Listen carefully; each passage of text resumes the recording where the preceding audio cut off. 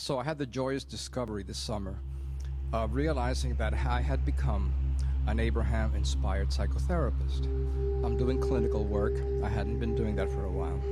And what comes out of my mouth is Abraham. I do very well. My patients love you, by the way. Yeah.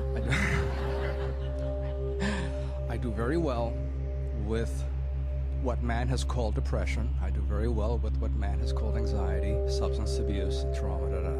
I don't call it that, but you know, I have an area of expansion that would be fun if I could, you know, where I would like your inspiration, clarification, and expansion. Yeah. When it's what man has called psychosis, when people to find relief lose touch with reality in a way that man has conceived of. They can't really feed themselves or take good care of themselves. So I get that that's a way of finding relief, and relief is what you've always recommended. Relief, find relief, seek relief, get you in the vortex. But then I have this in front of me, and I don't know.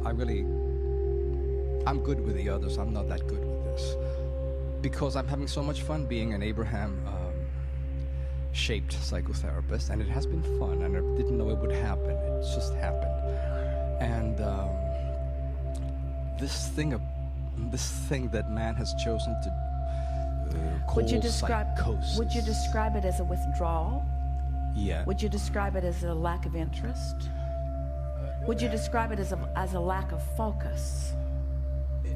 It's a lack of focus because I'm assuming they feel better by not looking at. But when you are interacting with someone like this, what is your experience? Do you have their attention? I have their attention. And how do you get it? Not so sure, but that's not difficult. I just don't know that I want to pull them away from the psychosis. Well, that's the question that we're presenting to you, and we'll chew on it together until something clicks into place for you. So they have found relief in this thing we call disconnecting from reality. They found relief. I see that's valid. And what are they focused upon? If they have disconnected from reality, it sounds a little bit like our opening remarks to all of you. Yeah, right. We would like you all to disconnect from reality if it's not pleasing to you. So what have these teachers come to teach you? Right, exactly. So they're not functioning very well in this world. As in the way our society, they couldn't hold a job. They may not have, they you know, that type of, they may be under a bridge, that type of stuff, which is not necessarily a bad thing, but I'm not so sure how to move with that.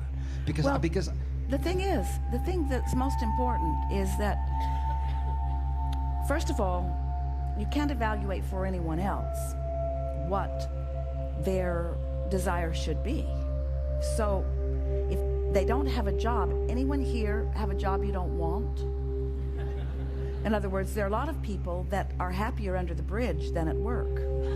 I do get that. I understand. We're playing with you a little bit, but we want to flesh this out in a way that we can get somewhere with it. So describe, if you can, and we know it's never a good idea to put everyone with a label in one basket, but can you describe a typical person who is living with this psychosis? What's his world like?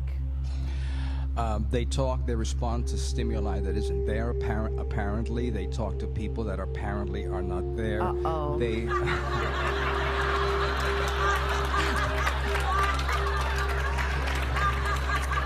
This is what I don't know what to do with it. Do any of them talk to birds? It does feel very different from bringing forth infinite. It feels very different. It has a different vibration. It does. Well, we acknowledge that it's different than what we've been describing here to some extent. But the basis that we want to start with here is that if someone, you see, you are a reasonable group. So when we talk to you about knowing what you don't want and knowing what you do want, and we encourage you to try to give more attention to what you do want, it seems possible, maybe even logical. Not easy, but it does seem like something that you could do in time. But if you had been living something for a long period of time, if you had been, by virtue of what you were giving your attention to, your attention being the reality of what is, if you had been giving your attention to reality, maybe you were in Vietnam, and it was a reality that and a lot of those people under those bridges were that. Or maybe you lived some trauma. Maybe it was a general trauma that took place over a long period of time, or maybe it was a sudden trauma but as you've been focused upon something, and it was something so big and so unwanted, and you feel powerless to do anything about it, and you don't understand, you haven't had the benefit of having someone sort of coach you into alignment and make it all right for you to be where you are and guide you vibrationally little by little back into vibrational alignment. If you feel like your only two choices are to face reality and feel the most excruciating pain that you've ever felt in your life, or to withdraw from reality, you will find a way of withdrawing from reality. And we think that's a good step given those only two considerations that you're giving yourself. That I get thoroughly. What do I do when I see this person who chose to create a different reality or not face that horrendous reality? I don't know how to bring them into alignment. Whereas with the others, I can bring them into better alignment. We can tell you how to bring them into alignment. Yes. First, and most important, don't condemn where they are. And we know that that's a strong word, but just the fact, when you say to anyone, I need to bring you from where you are to another place, there is an implied criticism of where they are. It's just there. So you have to make peace with where they are, which is what we just did.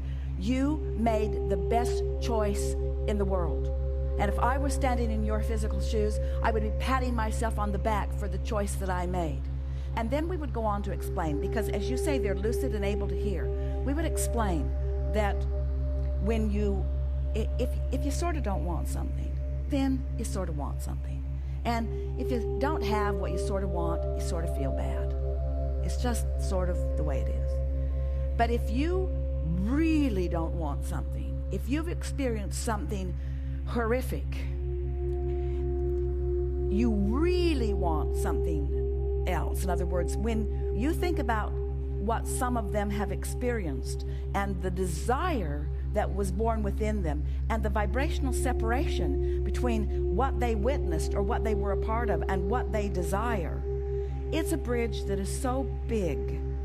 We would say to them, it's a very difficult bridge, and hardly anybody ever makes it. And what you've found a way of doing is withdrawing from that. And this is what we're standing in your physical shoes, I want to help you come into alignment with who you are. But I don't want to activate any of the stuff that you've left behind in that process. I do not want to activate any of that stuff that you've left behind in the process. And we're not going to. We're not going to reactivate any of that stuff. We're not going to bring it back. Because you deserve to be happy. Life is supposed to be good for you. And from what I see, you've got it going on. You've figured it out. You figured it out. In other words, we would soothe them, we would compliment them, we would understand them, we would acknowledge where they are, we would applaud them, we would understand them as best you can. You can't. We'd say that. You can't. I didn't live what you lived. And so here I am, proposing to lead you into a better place, and I don't even know where you are, because I've never been there. But I know that it's a place that you don't want to be. And I believe with everything that I am that there is a better feeling place for you that's somewhere between where you are and where you think the world wants you to be. There's an inner rebellion going on. Have you ever had anybody try to get you to quit smoking? Aren't they annoying? Have you ever had anybody imply that you're too fat? or that you should eat better. In other words, none of you take that attention to where you are, that critical attention to where you are. It never, ever, ever, ever inspires you in any productive way for very long, you see. And this is someone that you're describing who has really withdrawn because there have been so many attempts, you see, because you just can't get there from there. There are so many flawed premises. The first flawed premise is you should be in a different place than you are. That's a flawed premise because that's nobody's business. And if we were standing in your physical shoes, we'd tell them that. The first flawed premise is that you're not where you ought to be. I think that's a flawed premise because I think you're the only one that gets to choose. And the only thing that I want to ascertain is, are you where you want to be? And if the answer is yes, then I'm going to leave you alone and I'm going to support you where you are. But if there's something about where you are that you don't want to be, then let me know and I'll see if I can help you. But I'm not going to be a very good leader for you because I've never been where you are. And I've never been an advocate of anybody standing in some bright and shiny place and being the advocate of somebody who's standing in a place that they don't even begin to understand. How could anybody lead somebody from a place that they don't understand? This will resonate with them. That's the mantra that they've been beating the drum of for a very long time. You just don't know. You just don't know. You just don't know. When someone has come to the place that they have decided that they're going to withdraw from society, they don't care about holding a job, they'd rather live under a bridge than jump through the hoops of those who don't know, that's what they're rebelling against, don't you think? They don't want to jump through the hoops. This sounds like your teenagers, doesn't it? Sounds like a lot of you recognize this rebellion within yourself. And what is rebellion? What is the feeling of rebellion? It's really more about rebirthing than it is about anything else. It's about discovering a way. We'd say things like, you know, the more I get to know you, the more I realize the strengths that you hold. It's taken a tremendous amount of strength for you to withdraw from a society and a system that you don't believe in. I applaud that. The rest of us are much weaker. Everybody I know are nearly so, except that guy. Goes to work at a place he doesn't want to go. Most everybody is doing stuff they don't want to do because they're jumping through the hoops of somebody else. You're pretty amazing. You're holding tight to where you are. I think that you have some things to teach me, you might say to them. It takes a powerful focus to do what you're doing.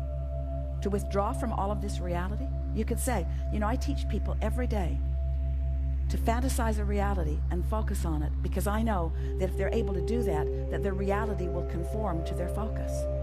But hardly anybody has the ability to withdraw their attention from what is. But you did. You have the ability to withdraw your attention from what is, which means you have a powerful point of focus. Part of the reason I like talking to you is because I want to get some of what you're doing and teach it to other people that I know. But there's got to be something in between. Most of my clients who are just giving their attention all over the place to all kinds of things and letting reality control their experience, and someone like you who is giving almost no attention to reality. But you see, that's not really true, is it? We've come round to something really important for you to recognize. These people are not so different from everybody else, you know. He just has a different reality that he's focused upon. In other words, everybody's perspective is different from everybody's perspective. There are not two of you who hold the same perspective. And if you would stop trying to get people to agree with your perspective, that's what's really wrong with politics. It's what's wrong with religion. It's what's wrong with psychology, is that there's this given acknowledgement. This is the party line, or this is the expected understanding. This is what we've all come to. And now we must teach our society to conform.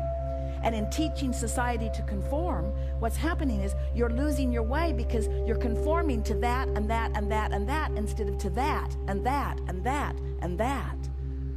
You came to explore the contrast to give birth to who you are, and who you are stands in a really vivid place. So our question to you is, how do you know that these people are not in alignment with who they really are? Because they're not